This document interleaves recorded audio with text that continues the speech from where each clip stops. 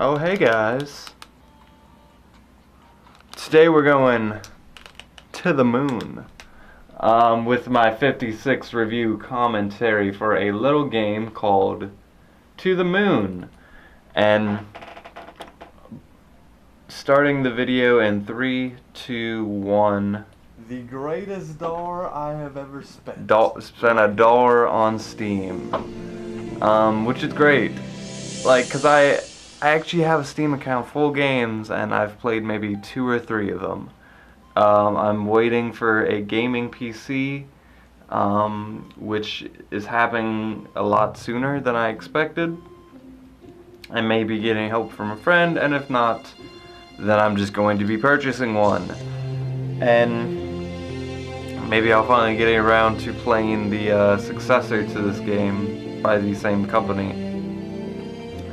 But at the same time, there's like gonna be like 60, 50 other games that I instantly will have the access of playing, so it's gonna be tough competition, and I already have infinite fucking games fighting for my attention.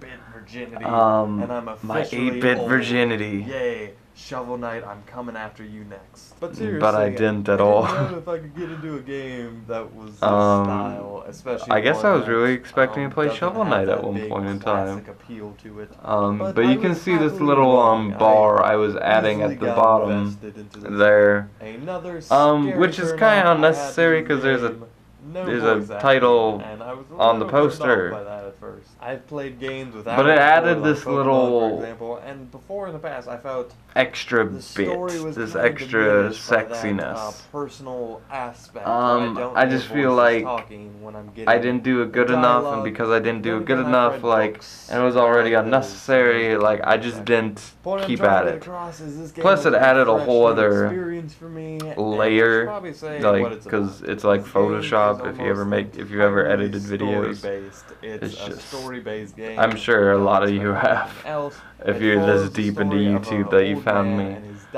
But assuming you're watching this on YouTube, I like to not just limit like my videos be like only reference YouTube, when in reality, like, if there's another platform a bunch of years from now, I'm gonna be uploading all my shit there.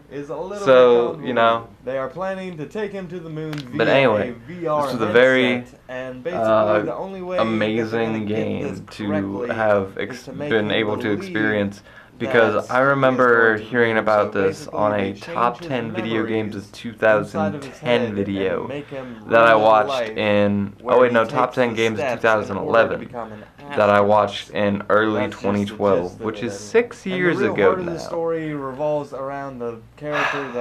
And I remember this game was on there. It was by YouTuber Pete Dorr, who I've referenced on this channel before.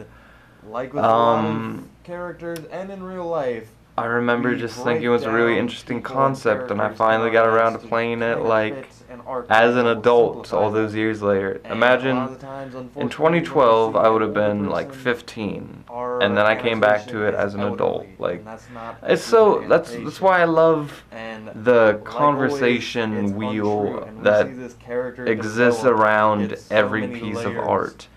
It's like every story, every circle has a wheelhouse around it, spinning it into the oasis, and we try to understand what's, like, we're just our own section of the wheel, but we try to understand all of it, and we get the general sense, but we can't really study it all.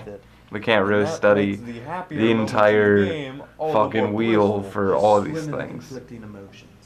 Anyway, this is very little to do to the moon. But basically, this old guy, John, he's dying. This was a very, like, punch the feelings type of game.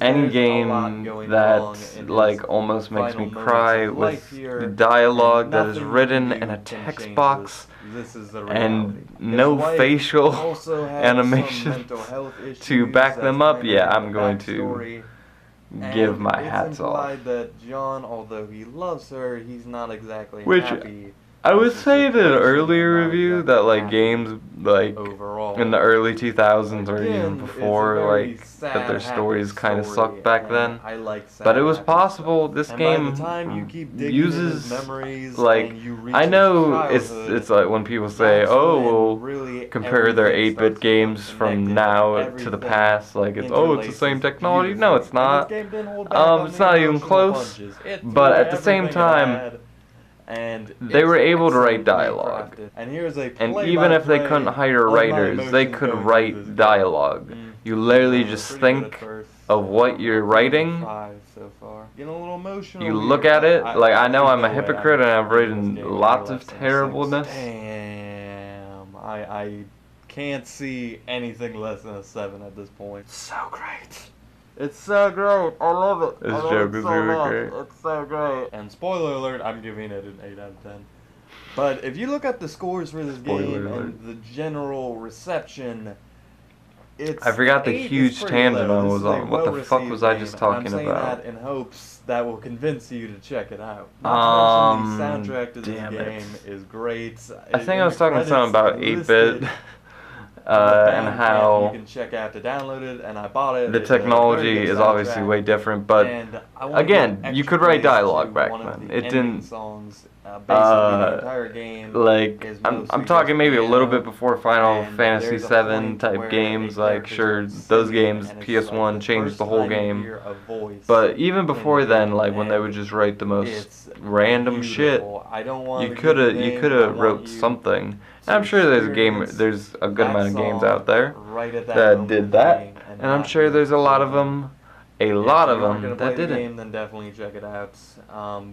But that being said, that song I can't praise enough. And the point I want to get across is this game got me completely invested in about 5 hours. I didn't do it good at all. That wasn't even really how it goes. I was locked in. I was it's a part to of a the story. piano. I was a part of the soundtrack. I was completely invested, right. and I It's a very loved the melancholy experience. song. It was great. If you ever want to cry to a And with song, that being it's a said, great guys, I'm one. going to give To the Moon a strong 8 out of 10 and the Soul Badge of approval. As always, guys, thank you so much for watching. I love you guys. I hope you have a wonderful day. Again, just really hit my You can check fucking me out on groove right Patreon, now. Twitter, all that good stuff. And if you want to feel like sticking around and maybe subscribe, I would also super appreciate that if you haven't already. And as they say in this game, what the potato. With that, I leave you. I didn't say the dialogue was like good.